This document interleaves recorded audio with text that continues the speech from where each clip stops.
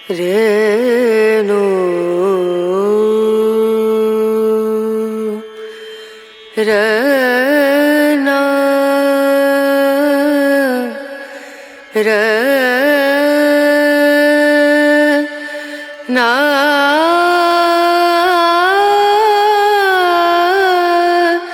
ना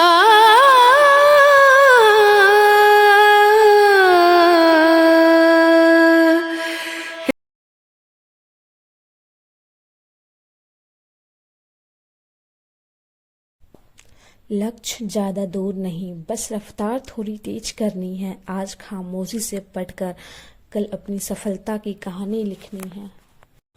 आपकी हालात चाहे जैसी हो, बस डटे रहो, क्योंकि सही समय आने पर खट्टे आम भी मीठे आम में बदल जाते हैं। दूसरों को आराम से सोता देखने के बाद भी जो जाग कर पढ़ाई करते हैं, सही मायने में वही कुछ बड़ा करने के लिए बने होते हैं।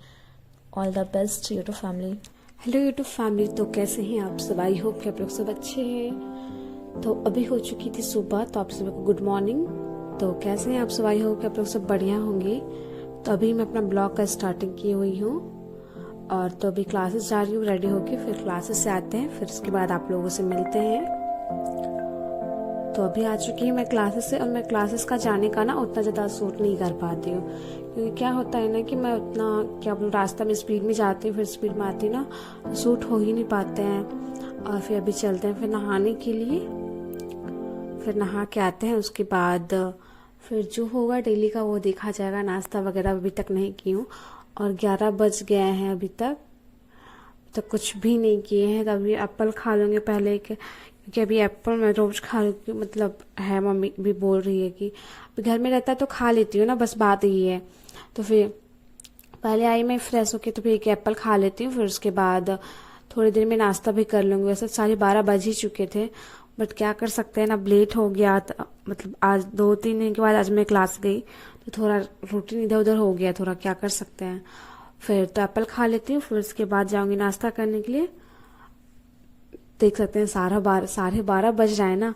मैं इस टाइम पे मैं अभी नाश्ता करनी, तो समझ सकते हैं मैं खाना किस टाइम पे खाऊंगी, और रात का खाना मैं किस टाइम पे खाऊंगी। कुछ टाइम का ना कुछ पता ही नहीं चलता, क्या हो रहा है क्या नहीं हो रहा है ना।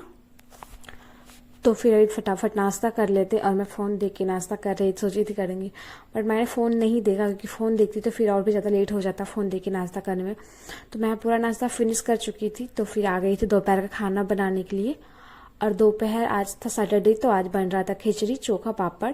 तो खिचड़ी बन रहा था, साइड में पापड़ अभी छान रही थी, पापड़ छान लूँगी, उसके बाद फिर बना लूँगी चोखा। और खिचड़ी तो बनी रहा, फिर खिचड़ी बनेगा तो इसको छौंक लेना है। तो खाना भी दोपहर का कंप्लीट हो जाएगा, रात का तो अभी नहीं सोचना, रात का तो रात में देखा जाएगा क्या बनेगा क्या नहीं। फिर उधर खिचड़ी बना के मैं आ गई थी यहाँ पे स्टडी करने के लिए। और स्टडी में आज मैं कर रही थी रीजनिंग, क्योंकि आज मैथ पढ़ने का ना बिल्कुल ही मन नहीं कर रहा था। तो सोचते हैं कि रीजनिंग ही बना लेते हैं। अब क्या कर सकते, ऐसा तो नहीं है, नहीं पढ़ूंगी तो नहीं चलेगा। सोचा कुछ ना कुछ तो पढ़ना ही है, तो इस हिसाब से मैं रीजनिंग निकाल ली थी। और रीजनिंग का सिलोलिज्म का चैप्टर मैं रिविजन कर रही थी, क्योंकि वो चैप्टर मेरा कंप्लीट हो चुका है ना, सिलोलिज्म।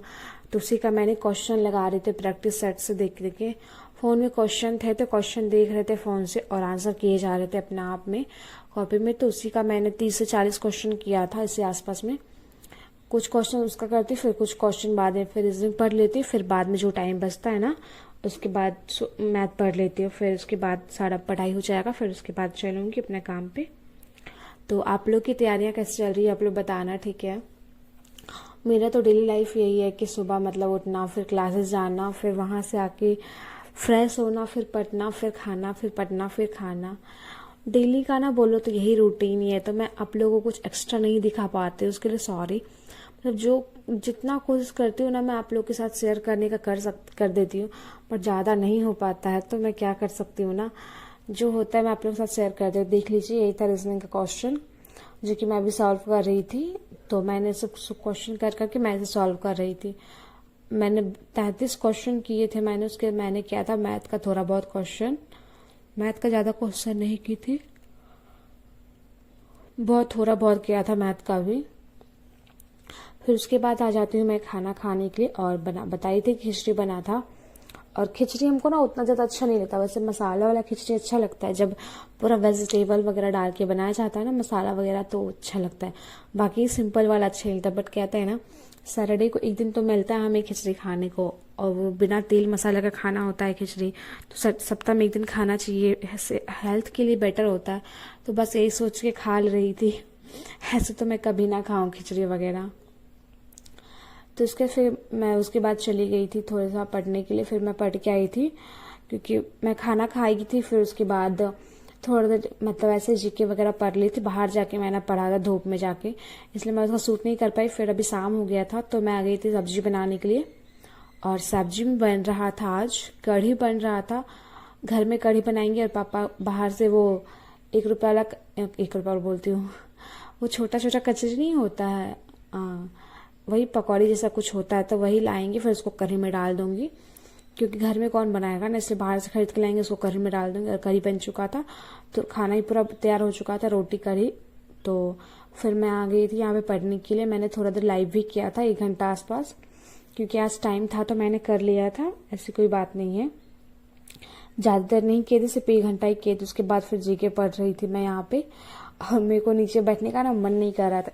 अभी तो बोल तो ठंड का मौसम आ रहा है ना, तो अब नीचे बैठने का ना मन नहीं करता है, तो मैं अभी चेयर में ही बैठ बैठ के पढ़ रही थी। मुझे जैसा कंफर्टेबल हो रहा था वैसे तरह करके, ऐसे चटाई बिछा के बैठते हैं ना, तो जो तो थोड़ा ठंड लग जाता है।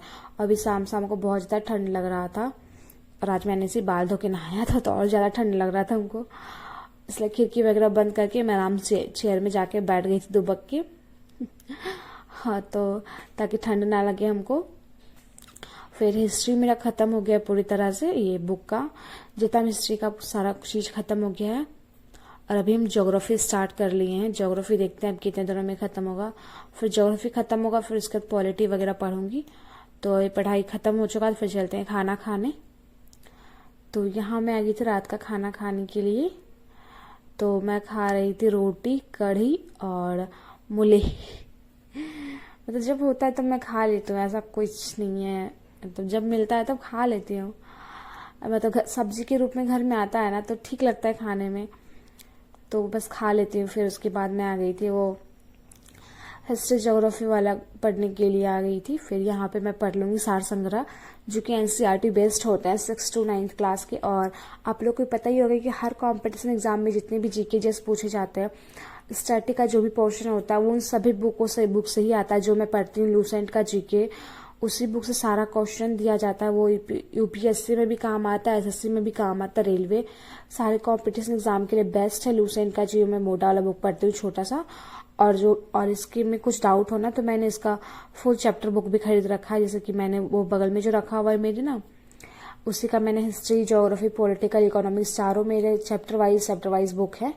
तो कुछ भी डाउट होता है, इसमें छोटा टॉपिक दिया हुआ रहता है, तो उसमें ज़्यादा अच्छी समझने के लिए मैं फिर उसका लॉन्ग टॉपिक देख लेती हूँ, तो मुझे दिक्कत नहीं होता। तो मैं दोनों बुक रखती हूँ, जब भी पढ़ती हूँ तो कुछ भी किसी बुक में डाउट होते एक दूसरे का बुक से देख के मैं क्लियर कर लेती हूँ। तो बहुत अच्छा रहता है ऐसा जीके पढ़ने में। अगर आपको जीके कंप्लीट करना है ना, तो मैंने एक वीडियो बना रखा है जीके जीएस कैसे पढ़े बोल के, आप लोग वो वीडियो देख सकते हैं। आप लोग को बहुत ज़्यादा ही हेल्प होगा कि जीके जीएस कैसे पढ़े, वो भी आरआरबी एनटीपीसी के लिए खास तौर पे, और एसएससी सीजीएल के। मैंने बहुत सारे वीडियोस देख के एनालिसिस करके अच्छे से बता रखे हैं उसमें कि आप लोग को जीके जीएस कैसा पढ़ना चाहिए, कैसा नहीं पढ़ना चाहिए, क्या छोड़ना चाहिए, क्या पढ़ना चाहिए, और किस टॉपिक से क्वेश्चंस पूछ जाते हैं। मैंने पीवाईक्यूज बहुत अच्छे से स्टडी किया था, उसके बाद मैं बताई हूँ। तो थैंक्स फॉर वॉचिंग, मिलते हैं नेक्स्ट वीडियो में।